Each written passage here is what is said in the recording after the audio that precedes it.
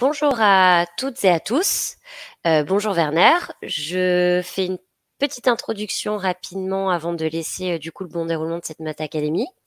Donc enchantée, je suis Clémentine, je travaille pour l'équipe Community chez Malte. Et du coup, aujourd'hui, nous recevons Werner sur un talk à propos des emailing et des statistiques emailing. Euh, Avant de laisser Werner dérouler son sujet, je fais un petit récapitulatif de que sont les Malte Academy et pourquoi vous êtes là aujourd'hui. Donc Malte Academy, créée par Malte. Oui, on est hyper originaux dans l'équipe. Donc les Malte Academy, ce sont des sessions de webinars que nous organisons et que nous mettons en ligne grâce à notre communauté de freelance, puisque nous sommes une plateforme de mise en relation entre freelance et clients. Nous sommes situés en France, en Allemagne et en Espagne.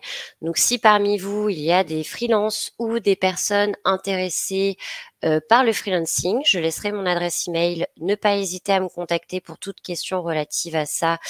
Comme ça, voilà, on pollue pas trop sur cette Malte Academy. Aussi, petit rappel, mais je sais que Werner a prévenu une slide, mais pour les premiers qui arrivent, petit rappel sur le fonctionnement de ces Malte Academy. Elles sont enregistrées. Il y a un replay sur le site malte-academy.com qui sera disponible. Les replays mettent un petit peu de temps à arriver parce que c'est nous qui les montons. Donc voilà, ne pas paniquer si vous les voyez pas la semaine prochaine. Ça peut prendre 2-3 semaines pour que le replay soit disponible sur le site Malte Academy. Aussi, les slides, Werner vous indiquera un lien pour récupérer les slides de cette présentation. Donc, no panique, vous pourrez bien sûr les récupérer. Je vois que certaines personnes ont commencé à utiliser le chat, donc ça, c'est super. Si vous avez des problèmes pour nous voir, nous entendre, problèmes sur la qualité de vision des slides ou c'est trop petit, pas hésiter à nous ping ou à nous mettre un message en fait sur le chat. Et par contre, s'il vous plaît, pour la partie question, encore une fois, Werner va bien balayer ce sujet. Pour la partie question, mettez les questions sur vraiment tout l'onglet questions. Elles seront traitées à la fin. On évite de poser les questions sur le chat tout simplement parce qu'avec le fil de l'eau, elles vont remonter très rapidement et ce sera un petit peu pénible pour toutes les retrouver. Donc, il se pourrait que certaines ne soient pas traitées. Je pense que j'ai fait le tour de mon point. Et ben écoutez, je vais me mute, descendre de scène et Werner, je vais te laisser du coup dérouler tranquillement. Et bonne Malte Academy à toutes et à tous. Merci Clémentine. Alors avant de commencer, je vais me présenter brièvement pour que vous compreniez qui je suis et de quelle façon j'ai conçu cette présentation. Je m'appelle Werner Klinger. Werner, c'est bien mon prénom. J'ai 48 ans et je fais de l'emailing depuis une vingtaine d'années. Je pense avoir tout expérimenté dans l'emailing, hein, depuis l'envoi de masse via le SMTP de l'opérateur, du FAI, l'envoi via des serveurs dédiés, en gérant toute la partie réputation via les signalements de spam notamment. Et puis aussi des plateformes de routage depuis des très chères comme Emailvision à l'époque, et puis bien sûr la nouvelle génération, enfin toujours encore à l'époque parce que maintenant c'est plus vraiment la nouvelle génération, comme Mailjet ou Sendingblue. Alors, tout ça, ça fait pas de moi un gourou de l'emailing, mais en 20 ans, j'ai pu observer pas mal de pratiques, plus ou moins clean, et j'ai cumulé pas mal d'expériences, même si finalement, je n'ai envoyé que quelques millions de mails, alors que d'autres font ça tous les mois. Mais ça me donne un peu de recul. Et en complément de cette compétence emailing, je me suis spécialisé il y a 3 ans dans la conformité RGPD. Et du coup, j'interviens aussi d'une manière plus générale auprès des PME pour leur apporter les compétences d'un directeur technique externalisé qu'ils n'ont pas en interne, soit vraiment pour la partie informatique, soit pour la partie web marketing, emailing et quelques autres cordes de ce type-là, ou plus globalement pour la partie conformité RGPD, et notamment avec l'aspect cookies qui est en train de revenir sur la table. Mais aujourd'hui, je suis bien là pour vous parler emailing, et plus précisément pour partager avec vous des anomalies que j'ai constatées au cours de l'année 2020 au fil de mes missions clients. Donc dans ce webinaire, je me propose d'aborder tout d'abord partager le constat des aberrations au sens statistique que j'ai observé. Deuxièmement, vous expliquer d'où vient le problème et avant tout vous expliquer comment est-ce qu'on mesure les statistiques d'emailing et du coup, pourquoi est-ce qu'on voit ces aberrations. Derrière, je vais quand même vous proposer 3 pistes de solutions. Et enfin, il devrait nous rester un quart d'heure pour répondre à vos questions. En parlant de questions, comme l'a dit Clémentine, utilisez bien l'onglet questions pour soumettre vos messages. Ça permettra de ne pas perturber le chat et en bonus, ça permettra à tout le monde de dire j'ai la même question, donc de voter pour votre question. Et à la fin, je commencerai par les questions qui ont obtenu le plus de votes. Ça me permet de les trier, de donner une priorité à celles qui ont plus de personnes qui attendent la réponse. Et donc, on va réserver le chat aux interactions avec vous. Et je vais commencer tout de suite avec une petite question. Selon vous, vos statistiques emailing sont fiables à 0, 25, 50%, 75%, 100%? Dans quelle mesure pensez-vous pouvoir faire confiance à vos stats emailing? Je vous invite à répondre dans le chat et me dire ce que vous en pensez. Et je trouve que cette question est intéressante parce que finalement, si on ne se la pose pas avant, et après on exploite ces statistiques, on prend des décisions sur la base de données pour lesquelles on ne s'est même pas posé la question de la fiabilité. Alors, vous avez vous avez répondu, enfin vous répondez, vous avez et la palette est assez large. Pour moi, il y a pas de bonne ou de mauvaise réponse et je vais vous expliquer pourquoi.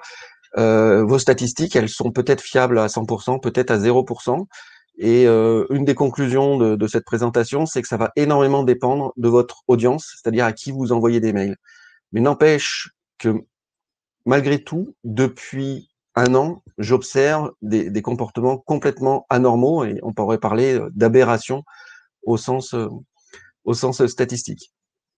Alors, je l'ai dit, depuis toujours, les statistiques, elles sont en emailing, elles sont individuellement fausses. Alors, je l'ai pas dit, mais je le dis maintenant et je le dis à chaque fois que je fais des formations ou des interventions sur le sujet.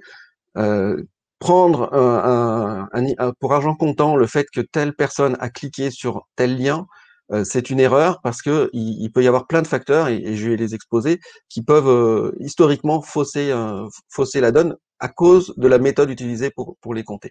Par contre, jusqu'à présent, globalement, ces statistiques, elles étaient justes. C'est-à-dire que si vous aviez 40% de taux d'ouverture, malgré les erreurs de mesure individuelles, les unes par excès, les autres par défaut, ça se compensait.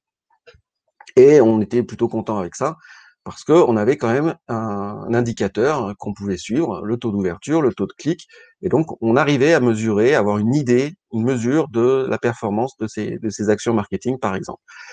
Et là, mon constat de cette année, ou de l'année précédente plus exactement, c'est qu'en analysant un peu les statistiques pour des clients, ou parce qu'ils me posaient des questions et ils trouvaient ça eux aussi bizarre, on se retrouve avec des statistiques où parfois, pour un groupe de destinataires, on a 100% de clics. C'est-à-dire qu'on pourrait se dire, bah, magique, hein, ils ont adoré mon mailing, ils ont tous cliqué. Et puis si on regarde un peu en détail, on voit qu'on a 100% de clics en moins de 10 secondes. Donc en fait, il faut imaginer, hein, dans cette entreprise, il y avait 5 personnes qui étaient devant leur souris, devant leur clavier au même moment, et ils ont cliqué dans les 10 secondes qui suivaient. Ah, évidemment, on se doute bien que c'est pas possible. Donc il y a un truc qui cloche. Deuxième constat, là aussi, si vous observez un peu ces performances de campagne, il y a quelque chose qui vous saute peut-être aux yeux, c'est la régularité d'ouverture. Je ne sais pas si vous avez une telle régularité. Moi, c'est plutôt rare. On a des campagnes qui marchent bien, d'autres qui marchent moins bien, mais quand c'est très stable, un taux d'ouverture aussi stable, ça paraît. Moi, ça m'intrigue. Donc, du coup, c'était le second signal qui me disait, il y a un truc de bizarre, c'est vraiment, vraiment très stable.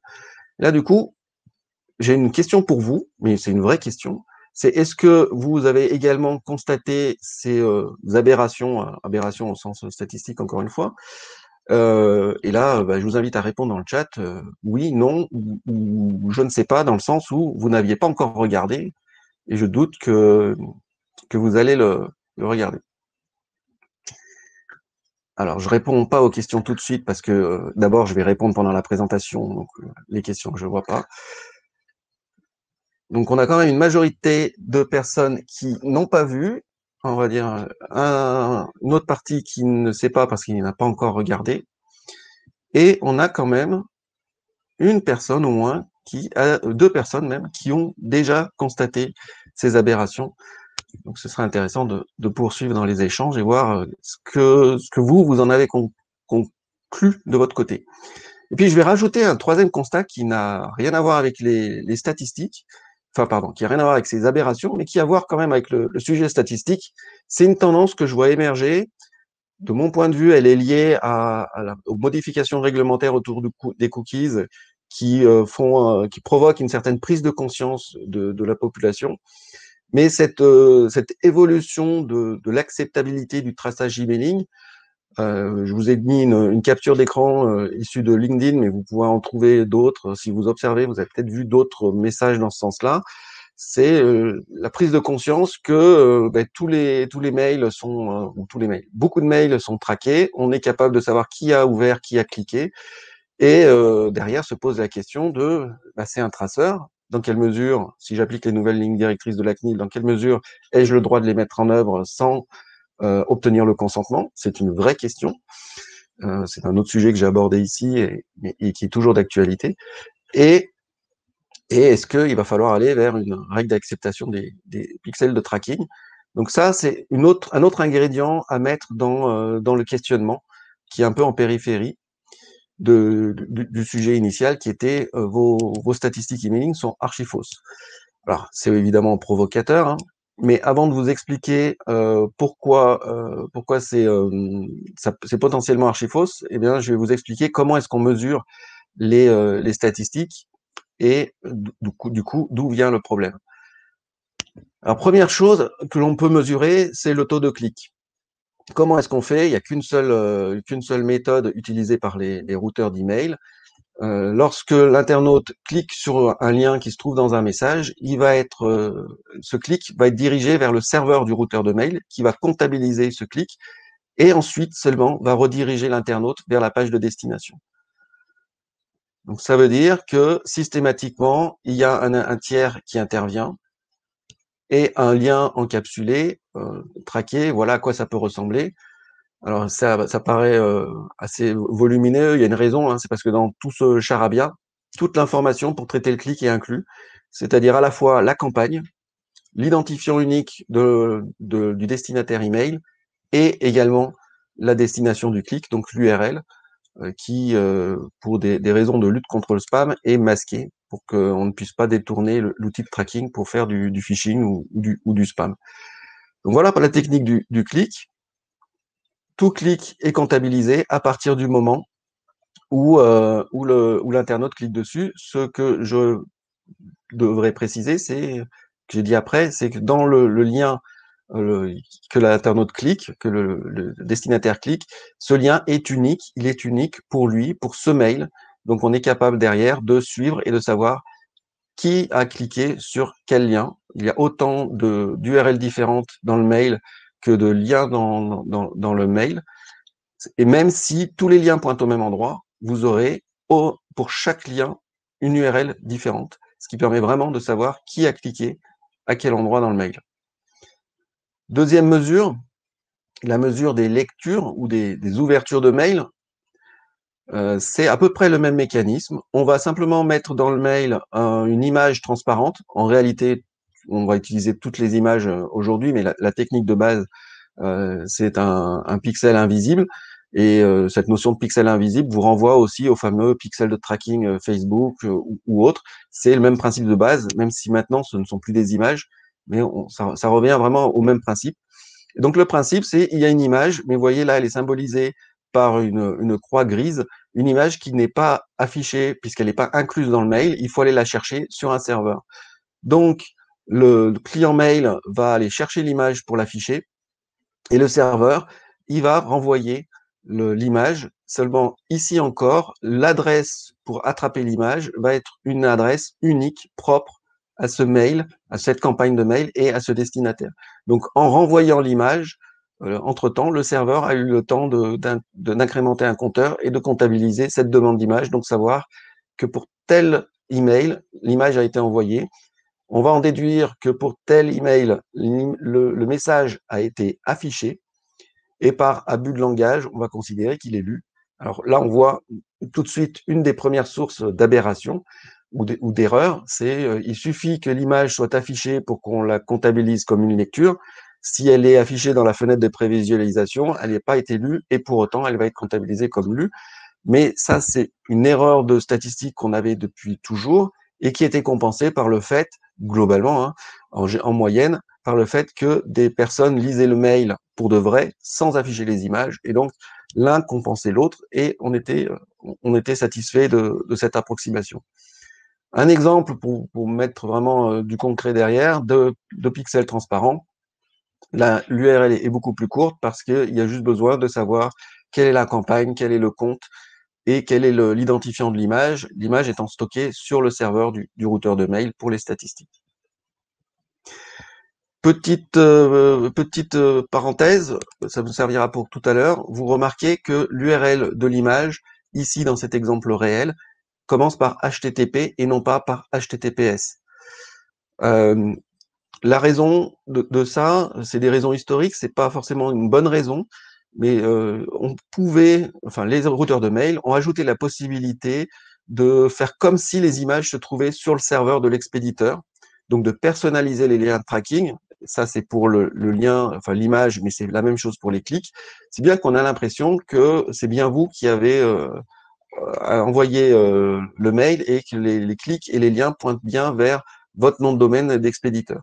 Ça permet d'une part d'améliorer la délivrabilité du mail et en fait, en pratique, ça permet aussi de protéger la réputation des routeurs de mail, puisque si votre message est mis en spam, c'est plutôt votre domaine qui sera pénalisé que le leur.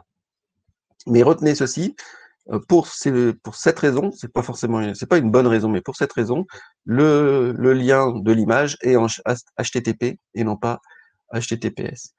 Dernière méthode pour mesurer les lectures, ou autrement dit les ouvertures de mail, c'est par déduction. On peut très bien se dire que si un lien a été cliqué dans le mail reçu, eh bien, il a forcément été lu avant, parce que sinon, on n'aurait pas pu cliquer dedans.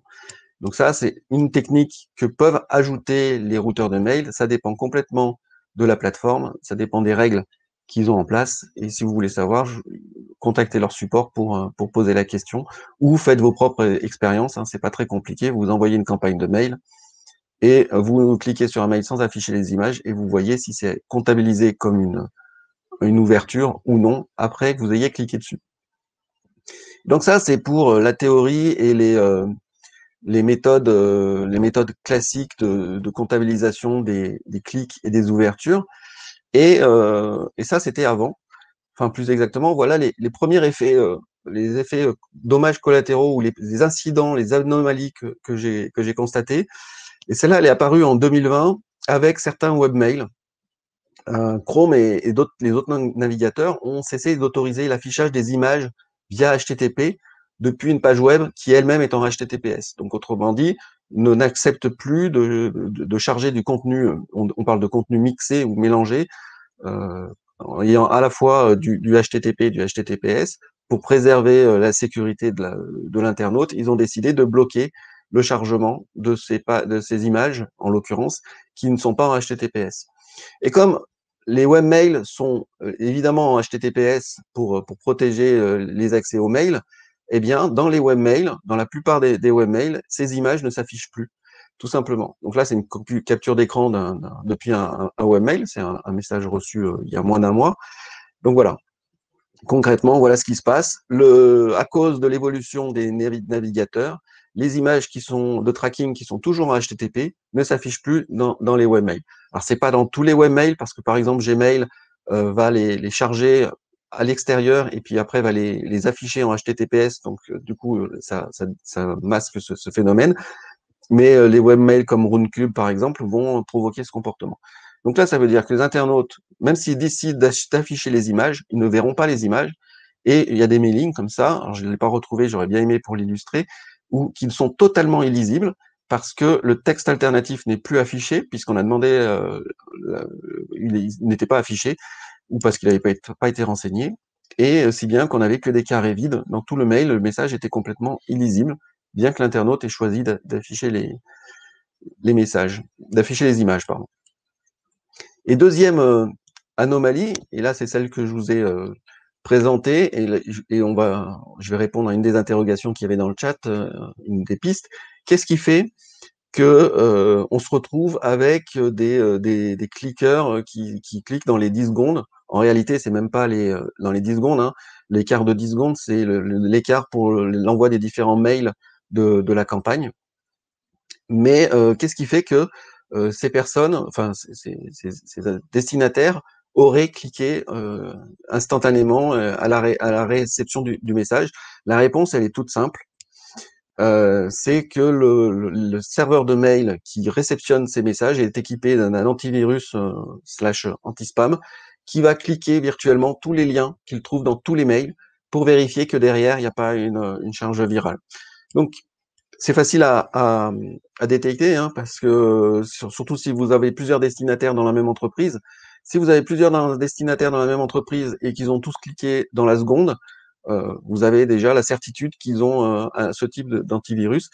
Et c'est vraiment une adoption qui a explosé en 2020, probablement sous l'influence du télétravail, mais c'était quand même une tendance qu'il y avait avant. C'est d'installer des antivirus qui scannent les mails, mais pas seulement pour le contenu, mais aussi pour les liens directement à la réception. L'autre façon de détecter ces anomalies, c'est de regarder en combien de temps s'est passé entre le moment où le mail a été envoyé et le mail a été cliqué. S'il a été cliqué en moins de 2 secondes après la réception, vous avez de fortes présomptions que c'est un faux clic. Et si vraiment vous voulez en avoir le cœur net, eh bien, je vous propose un test tout simple, hein. Une de vos campagnes d'emailing, au lieu de l'envoyer à l'heure optimisée, 7h55 ou 11h59, eh ben, vous l'envoyez à 3h du matin. Et vous regardez qui a cliqué entre 3h et 3h05. Et tous ceux qui ont cliqué entre 3h et 3h05, à moins que vous soyez sur une cible de personnes qui sont debout à cette heure-ci, eh bien, vous avez la liste des robots ou des robots antivirus qui sont actifs pour ces destinataires, et vous savez quels sont les destinataires pour lesquels vous ne pouvez plus faire confiance au taux de clic et parfois même au taux d'ouverture, parce qu'ils peuvent aussi charger les images, même si aujourd'hui c'est moins fréquent. Et la dernière question qu'on peut se poser derrière, c'est que font les routeurs d'email pour éliminer ces faux clics? Moi, si j'étais un routeur de mail, je ferais rien. Pourquoi? Parce qu'en les éliminant, je vais faire baisser d'un coup les taux d'ouverture, les taux de clics, et du coup, vous allez dire que ma plateforme, elle est pas bonne. Donc, et c'est un peu ce que j'observe aujourd'hui. J'ai pas vu sur les quelques échantillons, quelques comptes sur lesquels j'ai eu accès ces derniers temps, j'ai pas vu de suppression des clics anormaux qui sont objectivement liés à des robots et des antivirus. Mais ça ne veut pas dire que ça n'a pas lieu. Et si vous posez la question à votre routeur de mail via leur support sur comment est-ce qu'ils traitent ces anomalies, eh bien, n'hésitez pas à me les envoyer. Moi, ça m'intéresse. Et puis, je pourrais les repartager anonymement, éventuellement, sur ma liste privée qui est dédiée au sujet emailing. Je vous donnerai le lien à la fin de cette présentation. Donc, la conclusion de ces deux facteurs, c'est que suivant votre cible, si vous visez du B2C, des PME, des grands groupes, eh bien, vos statistiques, elles sont fiables entre 0 et 100%. Si vraiment vous envoyez un emailing sur des grands groupes ou parce que votre cible, vos destinataires sont exclusivement le réseau de distribution du constructeur automobile que j'ai pris en exemple tout à l'heure, eh bien, vous savez que vos stats, elles sont fiables à 0%, c'est simple. Et puis, plus vous êtes sur le grand public, voilà, le grand public, le B2C, et le petite entreprise, et plus vous pouvez considérer que vos stats restent globalement fiables parce que peu sont équipés de ces solutions d'antivirus. Par contre, vos taux d'ouverture sont confrontés, sont peut-être plus exposés aux problèmes de non-affichage. Donc, ça fait que l'un dans l'autre, je viens de vous expliquer et de vous justifier pourquoi vos statistiques sont aujourd'hui totalement folkloriques, archi fausses, au moins d'une manière générale. Après, au cas par cas, peut-être que vous arriverez à sortir des données fiables, c'est possible. Alors, je vais pas vous laisser là comme ça tout seul avec le problème. J'ai un peu réfléchi aux solutions qu'on peut y apporter. J'ai 3 pistes à vous proposer. Vous en aurez peut-être d'autres. Et puis là encore, n'hésitez pas à me les soumettre et puis je les partagerai sur ma liste privée d'emails. Première piste, utilisez les stats d'email autrement que la méthode que l'on a l'habitude d'exploiter. Deuxième piste, ça va être de taguer vos liens. Je vais vous expliquer ça en détail tout de suite après. Et troisième piste, c'est de suivre les conversions par source, donc en l'occurrence par l'emailing, et donc de suivre directement les conversions et d'oublier les statistiques intermédiaires d'ouverture et de clics. Donc première approche, utilisez vos statistiques email différemment. Une fois que vous avez accepté que vos stats ne sont pas fiables, vous pouvez quand même les surveiller pour détecter des variations.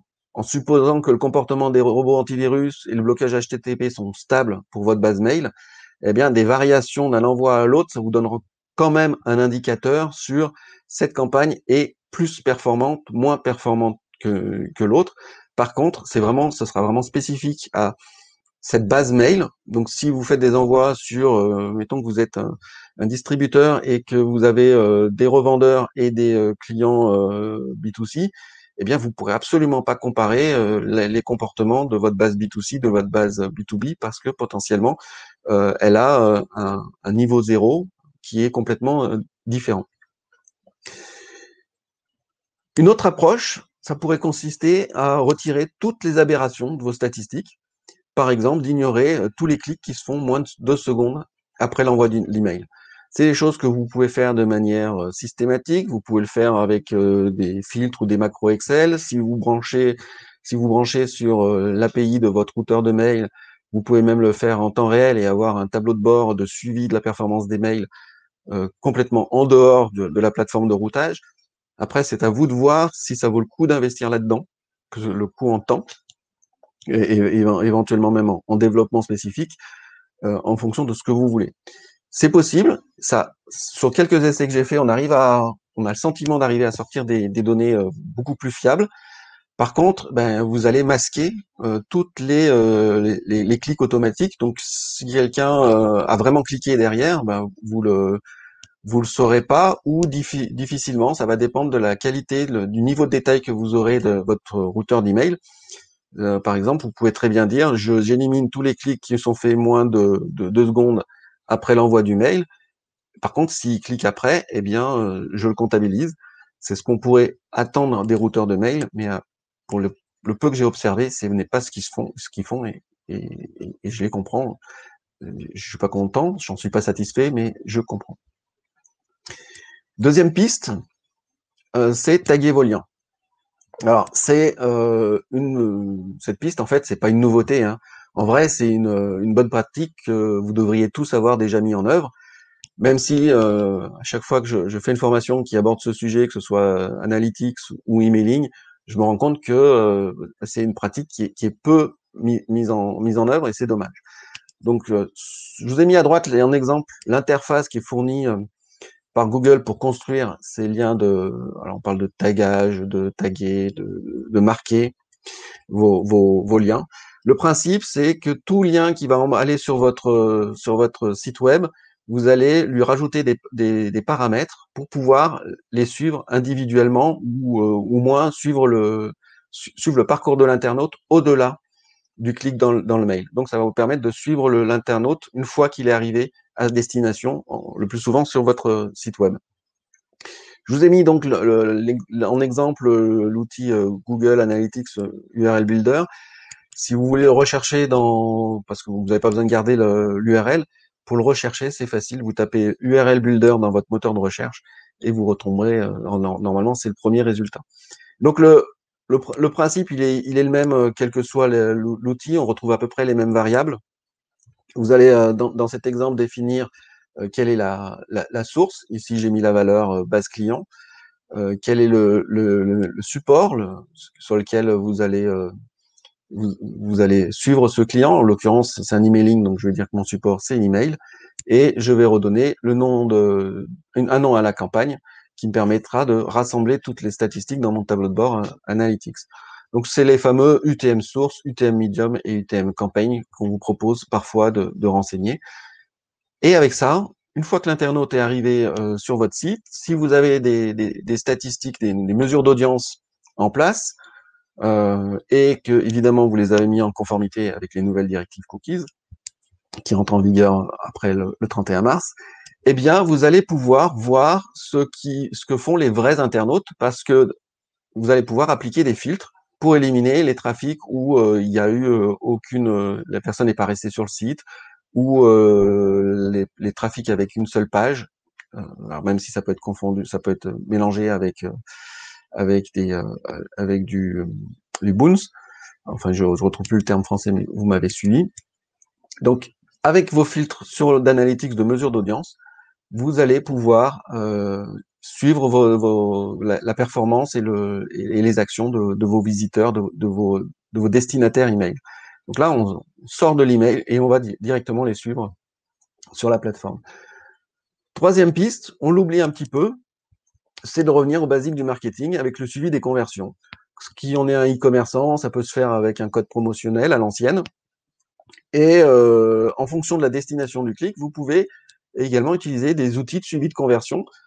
Parfois, vous utilisez des outils qui ont des moyens de suivre les conversions, mais vous les avez simplement pas activés. Dans cet exemple, j'ai pris une plateforme de billetterie sur laquelle j'ai diffusé ma masterclass justement sur la mise en place des nouveaux cookies. Et eh bien, il y a une fonctionnalité de suivi de la conversion. Donc, vous pouvez rajouter un paramètre à la fin de l'URL. Et donc, si j'envoie un mailing, enfin plus exactement, j'ai envoyé un mailing, même sans tracking du routeur de mail, j'ai simplement rajouté le petit code de suivi de la conversion. Et du coup, les billets qui étaient vendus via cet emailing, je les ai retrouvés et je savais dire et mesurer la performance de chacun de mes emailings vis-à-vis de cette campagne spécifique. Donc, un moyen simple, c'est de revenir à des outils simples. Par contre, là, par exemple, dans ce tableau de bord, il est affiché le nombre de visites, en fait, en réalité, le nombre de clics, mais n'oubliez pas que, avec ce que je vous ai dit avant, ces indicateurs-là, ce compteur-là est complètement faux. On se concentre bien, on se focalise bien uniquement sur les ventes, sur les conversions. Donc, en synthèse, en résumé par rapport à ces pistes, mon conseil, c'est de revoir vos messages, de penser à l'action au-delà de l'email. Et finalement, encore une fois, c'est ce que je dis régulièrement dans mes formations emailing. Envoyer un message, c'est jamais la finalité. Pas plus que d'avoir des bons taux d'ouverture ou des bons taux de clic. Non, si vous envoyez un emailing, c'est que vous avez un objectif précis. Et en général, cet objectif, il passe par un appel à l'action. Donc, pensez à cette action, quelle est l'action que vous voulez derrière le mail, et pensez évidemment à ajouter des appels à l'action. Et du coup, si l'internaute est incité à cliquer, vous allez pouvoir le suivre une fois après le clic, et là, vous aurez un moyen d'être rassuré sur le fait que c'est bien lui, c'est bien lui et pas un robot, un anti-spam ou autre chose qui a provoqué cette mesure. Donc, je suis en train de vous dire qu'il faut peut-être oublier un peu les statistiques email telles qu'on les a eues jusqu'à aujourd'hui. Et vis-à-vis de ce que je vous dis de rajouter des appels à l'action, petite remarque au passage concernant le RGPD, c'est très bon pour votre RGPD. Puisque à chaque fois qu'un prospect va cliquer sur un lien dans votre message, vous allez remettre son compteur de fin de vie à 0 vis-à-vis de la CNIL. Vous savez que la CNIL prescrit un délai de conservation des prospects de 36 mois. Sans contact actif, et qu'elle considère qu'un clic dans un mail, c'est un contact actif. Donc, du coup, vous pouvez remettre à 0 le compteur grâce à ça. Donc, raison de plus d'intégrer des appels à l'action dans vos mailings. Pour poursuivre ces échanges au-delà de cette conférence, donc je vous ai dit que j'ai créé une liste privée. Enfin, je l'ai créée ce matin, donc pour le moment elle est vide, elle vous attend. Et l'idée, c'est de partager dans cette liste mes réponses aux questions que vous me poserez éventuellement par mail ou d'autres informations que j'aurais pu avoir, ou si quelqu'un partage les réponses du routeur d'email, eh bien, l'idée, c'est de pouvoir vous les envoyer. Et puis, effectivement, j'enverrai la présentation sur cette même liste. Donc, pendant que je prends connaissance des questions, n'hésitez pas à vous inscrire et je vous retrouve tout de suite après.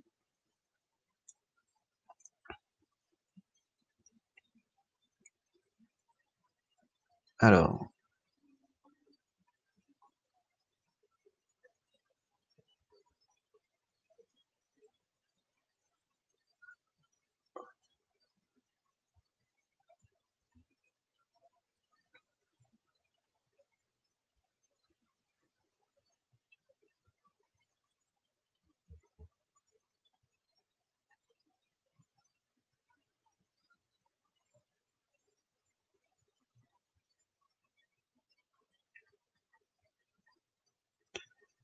ok, je vais prendre les questions dans l'ordre. Alors, première question de Fabrice, vos screenshots proviennent de quel logiciel d'emailing?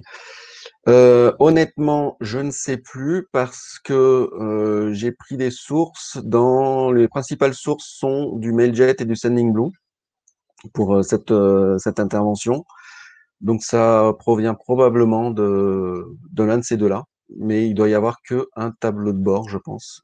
Et du coup, ça doit être celui de Sendingblue. Alors, après, voilà, j'ai répondu à la question. Le deuxième question d'Olivier, si on ne fait pas attention et qu'on partage, ah zut, il y a quelqu'un qui a gagné des points et qui du coup est passé devant, je reviens sur Olivier, si on ne fait pas attention et qu'on partage notre lien reçu dans le mail sur des réseaux sociaux, il y aura beaucoup plus de clics que de destinataires. C'est une bonne question. Globalement, la réponse est la plupart du temps est oui. Là encore, ça va dépendre des règles qu'ont mis en place le routeur d'email. Ils peuvent avoir mis des sécurités pour éviter que ça se produise. Au pire, ça va, mais en fait, c'est pas un vrai problème parce que dans tous les cas, vous, ce que vous regardez, c'est le nombre de clics par destinataire. Donc, comme je vous ai dit, le lien, il est marqué, il est tracé par destinataire. Donc, vous aurez simplement un nombre ahurissant de clics pour un destinataire donné, mais au total, votre nombre de messages cliqués n'augmentera pas du tout parce que ça sera compté comme un destinataire qui a cliqué 100 fois et non pas comme 100 destinataires qui ont cliqué. Ça, c'est dans le cas du traçage par la plateforme de routage. Les techniques traditionnelles, c'est j'ai un clic uniquement, je mesure le clic par mail envoyé et donc par destinataire.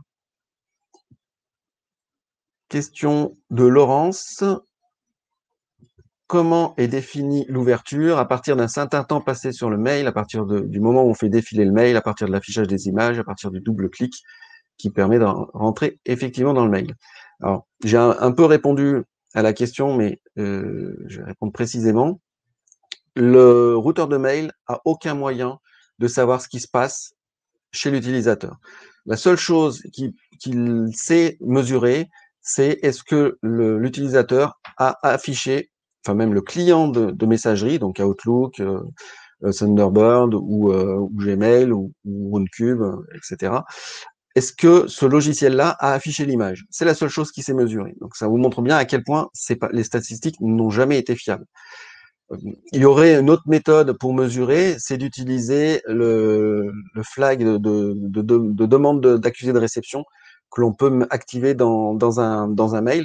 Mais en pratique, là aussi, la fiabilité serait très mauvaise parce que les personnes ne sont pas obligées d'accepter d'envoyer l'accusé de réception.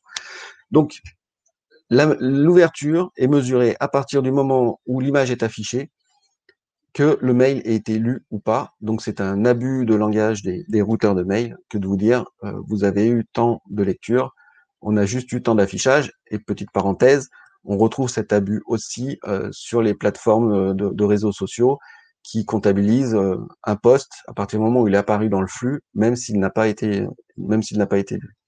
Enfin, au moins, je généralise parce qu'il y a quand même des mesures plus précises. Camille nous dit: tous mes contacts sans exception sont des abonnés, pardon, tous mes contacts sans exception au sein d'un groupe du CAC 40 sont désabonnés dès le premier mail reçu. J'ai pensé que l'antivirus avait cliqué sur le lien de désinscription de nos mails. Que faire pour éviter que ça arrive et continuer à communiquer avec ses contacts? Alors, la supposition est très très certainement correcte. La solution va passer par le mécanisme de désinscription. C'est d'opter pour un mécanisme de désinscription qui se passe en 2 étapes. C'est-à-dire, au lieu d'un clic qui amène directement sur une page web qui dit vous avez bien été désinscrit, ça va être vous fichez une étape intermédiaire, en espérant que votre routeur de mail le permette, qui est vous avez demandé à vous désinscrire. Est-ce que vous pouvez nous dire pourquoi oui et puis qu'ils disent ou pas, et il y a le bouton je confirme ma désinscription. Donc avec une désinscription en 2 étapes, ça peut être réglé. Après, la question que vous aurez à gérer, c'est comment est-ce que vous faites pour leur écrire de nouveau. Mais tout dépend du contexte. Et là, c'est plus une question RGPD que statistique emailing. Je vérifie que j'ai personne d'autre au-dessus. Alors, une question de Claire. Quelle est la différence entre des traceurs comme URL Builder et les outils comme Bitly? Alors, je vais rajouter une troisième interrogation et la comptabilisation des clics dans l'email. Juste pour bien clarifier, le clic dans l'email, je sais qui a cliqué exactement d'un point de vue destinataire, ou du moins suite à l'activation de quel email. C'est un robot ou pas, mais je sais le raccrocher au destinataire. Bitly va vous permettre de mesurer le clic, mais sans savoir qui a cliqué, quel destinataire, en tout cas à quel destinataire raccrocher ce clic. Donc ça va être un clic anonyme. Si vous faites un lien Bitly par campagne d'emailing, eh vous saurez juste le nombre de clics que vous avez eu dans cette campagne. Là, les robots vont cliquer de la même façon, donc vous ne saurez pas faire la différence. Et les traceurs sur site, à la base, vous aurez les mêmes aberrations statistiques, sauf que vous allez pouvoir appliquer des filtres, voire même certains sont déjà appliqués par défaut. Et donc, toutes les visites de robots vont être drastiquement réduites, enfin non comptabilisées, majoritairement non comptabilisées. Autrement dit, vous allez avoir une comptabilité qui est beaucoup plus proche de la réalité. Et j'ai vu dans le chat un commentaire qui disait que il me semble, la fréquentation sur le site était bien différente de celle dans les statistiques d'emailing, et vous avez eu l'explication de pourquoi.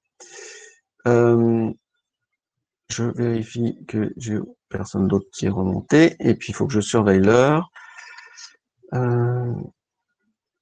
Quelle application d'email conseillez-vous?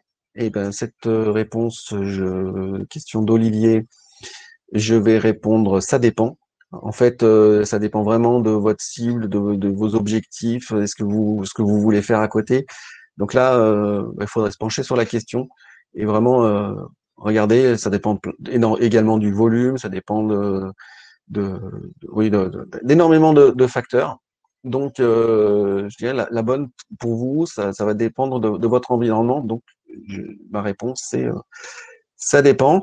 Vous ne pouvez pas vous laisser avec un ça dépend tout seul comme ça. Je vous dirais, pour au moins les aspects délivrabilité, faites des essais. Ne vous engagez pas sur 12 mois sur une plateforme sans avoir fait quelques essais pour vérifier qu'elle vous correspond.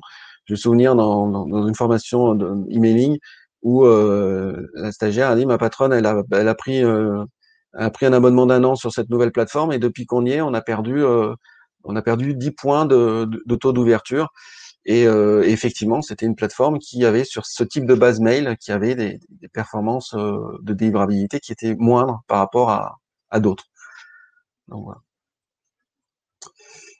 Alors, je vais essayer de prendre une ou deux dernières questions, et puis Clémentine m'alertera quand c'est l'heure. À quel outil pouvons-nous... Alors, tape à quel outil pouvons-nous connecter nos données de service emailing via API hors Excel? J'ai pas de réponse, désolé. Désolé Lily, j'ai pas de réponse là comme ça tout de suite. Ça va vraiment dépendre de ce que vous avez vous derrière. Le principe de l'API du coup, c'est qu'il y a quand même un peu de travail à faire. Alors il y a des solutions no code qui émergent, mais honnêtement, et j'ai pas assez creusé le sujet pour pouvoir vous dire vous allez pouvoir brancher. Et ça va dépendre des API, ça va dépendre de plein de choses. Mais oui, des outils, vous pouvez même brancher dans certains cas un Google Sheet. En fait, ça va dépendre de ce que vous voulez faire avec ces remontées API. Et tout simplement. Donc ça, j'ai pas là non plus, j'ai pas de réponse générique. Si vous avez des cas concrets, vous me les enverrez, puis je pourrai les partager sur la liste privée avec plaisir. Et puis, alors, qu'est-ce qu'il nous en reste? Deux. Donc, j'essaie de répondre aux dernières. Si les anti-spam peuvent générer de faux clics en testant les liens, l'ouverture du mail est-il une statistique valable au sens du RGPD? Question de Sandrine. C'est une bonne question. J'avais pas compris tout de suite. C'est une bonne question. Écoutez, j'ai envie de vous dire, tant que la CNIL dit que oui, c'est préférable de considérer que oui, parce que vous, ça vous arrange. Donc, je vais répondre comme ça, en vous disant, pour le moment, la CNIL dit que c'est acceptable. C'est évident qu'à terme, ça va être de plus en plus questionnable, vu ce que je viens de vous exposer. Donc à terme, non. Peut-être que ça va être de mesurer des conversions au-delà du clic, de nouveau. Donc tout ce qui sera au-delà du clic aura évidemment beaucoup plus de valeur probante que juste le clic. Et pour la question de la rediffusion, donc ce sera rediffusé sur Malte Academy dans un délai de quelques semaines, le temps que ce soit monté. Voilà pour moi, je crois avoir fait le tour des questions. Et c'est bon. Eh ben, c'est parfait, et en plus dans les temps. Bon, eh bien très bien. Alors s'il en reste une nouvelle qui vient de monter, je vais répondre à Sandra, je reçois beaucoup de nouveaux inscrits sur ma liste de diffusion qui me semble faux, peut-on s'en assurer? Alors là, on n'est pas du tout dans le sujet des statistiques emailing. Mais c'est une vraie question. Vous pouvez poser des questions et voir comment réagit cette base-là, ces mails suspects, et où les éliminer. Leur envoyer un mail direct en leur disant eh bien, est-ce que vous pouvez me confirmer que vous n'êtes pas un robot ou des choses comme ça, tout simplement. Donc pour les traiter. Et je vous invite à corriger le problème à la base, c'est-à-dire à la source, là où les gens s'inscrivent, c'est que il doit être trop facile de s'inscrire, y compris pour un robot. Voilà. Et j'ai fini, j'ai oublié personne normalement. Tu as une dernière question en fait qui vient de remonter du chat, qui est posée par Étienne, qui demande: pourrait-on imaginer de mettre le pixel en fin de mail pour être sûr qu'il soit lu? Alors, c'est une bonne question. Malheureusement, la réponse est non, ça va rien changer parce que le mécanisme que j'ai décrit pour afficher les images et donc pour aller comptabiliser l'ouverture, il se produit au moment de l'ouverture du mail, que ce soit fait dans l'écran de prévisualisation ou pas. Et donc, c'est pas au moment où vous, sur votre écran, vous l'affichez que l'image est demandée. Elle est demandée au moment de visualiser, de fabriquer la visualisation du mail. Donc, autrement dit, toutes les images sont demandées au même moment, au moment où le mail il est traité. Donc, ça ne change rien. Le fait de le mettre à la fin, il va être chargé en même temps que tout le reste. Désolé. Et merci. Et là, on a fait le tour de toutes les questions. Bon, merci à tous pour votre participation. Exactement. Merci, merci à toutes et à tous, et surtout merci à toi, Werner, de nous avoir du coup accordé de ton temps pour cette Malte Academy. Donc, pour toutes les questions relatives effectivement au replay, je le répète, il sera disponible d'ici 2-3 semaines sur le site malte-du6academy.com. Et puis, bah écoutez, je vous souhaite à tous un bon appétit pour ceux qui n'ont pas encore déjeuné, et une très bonne après-midi à toutes et à tous. Et merci encore, Werner. À bientôt. Au revoir.